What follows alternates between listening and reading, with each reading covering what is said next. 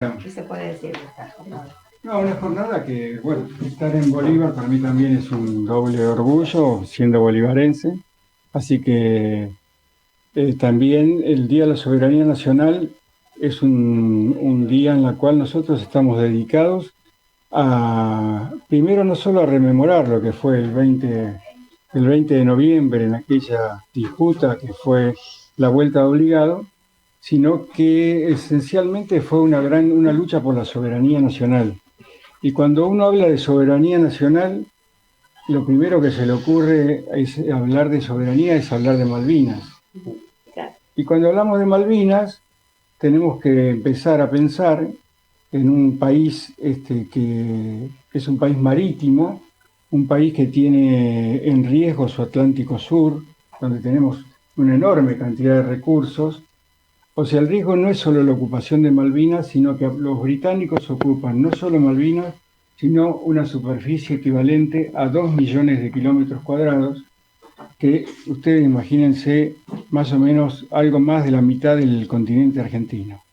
Esa es la superficie que ocupa el Reino Unido en el Atlántico Sur, ocupando no solo las Islas Malvinas, sino que Georgias del Sur, Sandwich del Sur, y consideran lo que nosotros consideramos la Antártida Argentina, también la consideran de ellos. Incluso más grande aún tomando la Antártida chilena. Entonces el riesgo que tenemos hacia el futuro es en manos de los británicos están los recursos naturales que vamos a necesitar todos los argentinos y nuestras próximas generaciones para sobrevivir, para vivir, porque si hay algo que algún lugar donde están todos los recursos que la humanidad necesita, es en el Atlántico Sur, es en la Antártida, es en Malvinas. Y a veces uno piensa, o muchas veces hemos escuchado, ¿para qué quieren dos islas? Que no hay nada, que... No, Malvinas es el punto estratégico de apertura y de dirección que tienen los británicos para instalarse y para ir hacia la Antártida. Y la Antártida no es solo hielo. La Antártida es el hielo, pero es el 70% del agua dulce del mundo. Y ellos ocupan, junto con Nueva Zelanda y con Australia, pretenden un 70% de la Antártida. Y cuando entonces, si nos están sacando los recursos en el mar, están sacando recursos de la pesca, en la cual en 30 años se llevaron más de 20 mil millones de dólares. No, no es poca cosa, imagínense 20 mil millones de dólares en estos años, la cantidad de escuelas, de hospitales, de jardines de infantes, de bibliotecas, de casas, que se podían haber hecho con esos recursos que son nuestros. Desde la legislación, o más amplio lo hago, desde el Estado, ¿se hace lo suficiente para preservar nuestra soberanía o para recuperar parte de la misma? No, nunca es suficiente. Primero, nunca es suficiente porque nosotros tenemos una desigualdad con respecto a las potencias, las grandes potencias. En el sur no solo está el Reino Unido, sino que está Estados Unidos. Y hay una enorme base militar a 400 kilómetros nuestros del continente, que es la base Mont Pleasant o la base Monte Agradable. Es una base militar que yo he viajado, cuando fui por segunda vez a Malvinas, después de haber estado en el 82, tardás 20 minutos en salir del centro de la base hacia lo que es Puerto Argentino.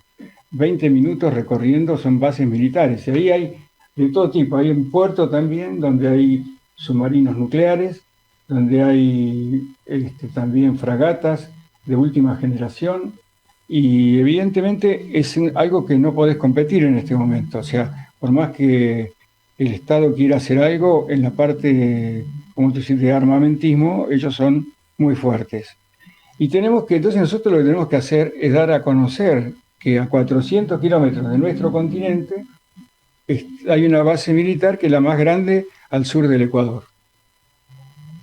¿Qué hacer con eso? Por el momento no podemos competir con la cantidad de aviones de última generación que tienen, contienen la tecnología, tienen armamento nuclear. Y cuando tienen un submarino nuclear, yo a veces trato de explicarlo, porque a veces uno piensa, dice, un submarino nuclear que puede tener un misil nuclear. Hoy las cabezas nucleares de un submarino de este tipo son el equivalente a 100 veces lo que fue Hiroshima. 100 veces lo que fue Hiroshima. Entonces el riesgo de esa presión que ejercen con esta, digamos, disuasión que producen el material nuclear que tienen, bueno, tenemos que hacer y denunciar. ¿Cómo hacemos para denunciar? Tenemos que denunciarlo desde América Latina, porque es un riesgo no solo para los recursos nuestros, sino para los recursos de toda América Latina.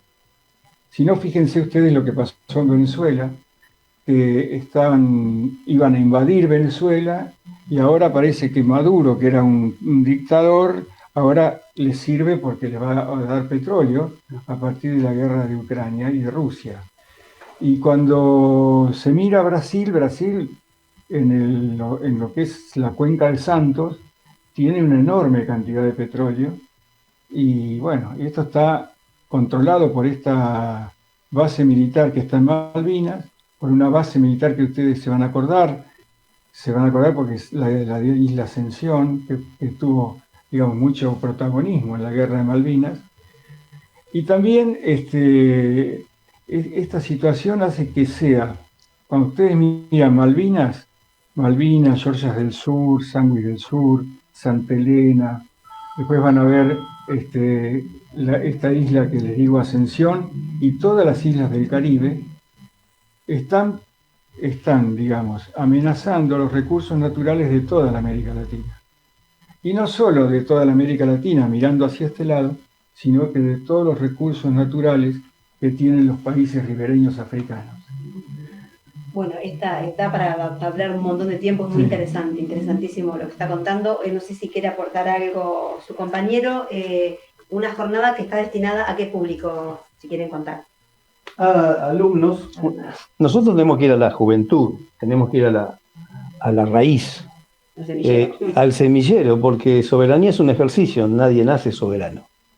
Y si no la ejerces, te la ejercen. Y la realidad es que si no sabemos lo que tenemos, difícilmente podamos protegerlo.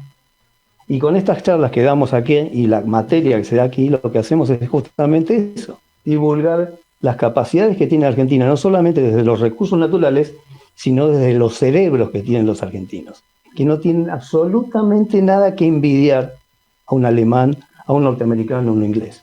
El tema es que hay que ejercitarlo, hay que trabajarlo, hay que financiarlo para que ese cerebro pueda desarrollar. Y justamente esta charla está destinada a esos chicos que hoy no se reconocen, salvo cuando Argentina juegue con Brasil en la final, que vamos a ganar, porque lo vamos a ganar frente a Brasil, ahí se van a sentir argentinos. Y no, por favor, si no llegamos a ganar, no me pasen esto en los medios, ¿no? Pero yo estoy seguro que vamos a ganar. Pero la realidad es que la argentinidad que sentimos en el partido de fútbol, cuando hacemos desarrollo tecnológico desde una facultad pública, les garantizo que se siente 10 veces superior a lo que se siente en el final Argentina-Brasil. Así que eso es lo que venimos a hacer hoy. De hecho, hace 3 o 4 años que se conmemora este día, el 20 de noviembre, el Día de la Soberanía Nacional, no hace tanto. Sí, claro, exactamente. Que antes estaba como perdido también inclusive. Exactamente, porque aparte, exactamente, es todo un desafío. No solo eso, sino que ustedes fíjense que se van recuperando hechos que tienen que ver con la soberanía, cosa que la soberanía, lo que era la batalla de obligado, estaba escondido, no se hablaba de la batalla de obligado, porque hablar de la batalla de obligado era también hablar de Juan Manuel de Rosas. Claro. Y hablar de Juan Manuel de Rosas también provocaba, movía mucho, y yo recuerdo que a veces nosotros, en lo que era el secundario de acá de Bolívar, no se hablaba ni de Rosas, ni se hablaba de la época de Perón, ni se hablaba nada de política, porque decían que la historia tenía que pasar mucho tiempo para poder pensar o para poder hablar. ¿A qué escuela fue usted? Nacional. ¿Y usted, disculpe, es combatiente? Sí, sí. Yo fui combatiente de Malvinas, estando en La Plata, y estuve con el Regimiento 7 Infantería. Entonces, cuando vos ves y vivís lo que es Malvinas y recuperás esta cuestión de lo que fue la vuelta obligado, nosotros tenemos que ir lentamente recuperando estas cuestiones que están escondidas. Y cuando yo estaba estudiando esta cuestión si ustedes estudian el tema también de lo que es la vuelta obligado, también hay cuestiones culturales a poner en discusión. ¿Y por qué digo? No es que no merezca ser reconocida la vuelta obligado, que es un hecho heroico, pero perdimos. Entonces no se reconoce. Pero no es que no se reconoce. ¿Y por qué no hablamos del año posterior, en la cual tuvimos 3 batallas más? En la batalla del Tonelero, en la segunda batalla de San Lorenzo, conocemos la primera, la de San Martín, no conocemos la segunda, en la cual también le ganamos la batalla a estos mismos, y en la última batalla, que se llamaba la Punta del Quebracho en el Paraná, terminamos derrotándolos y nadie conoce estas historias de estas batallas y que fueron dadas por Mansilla también.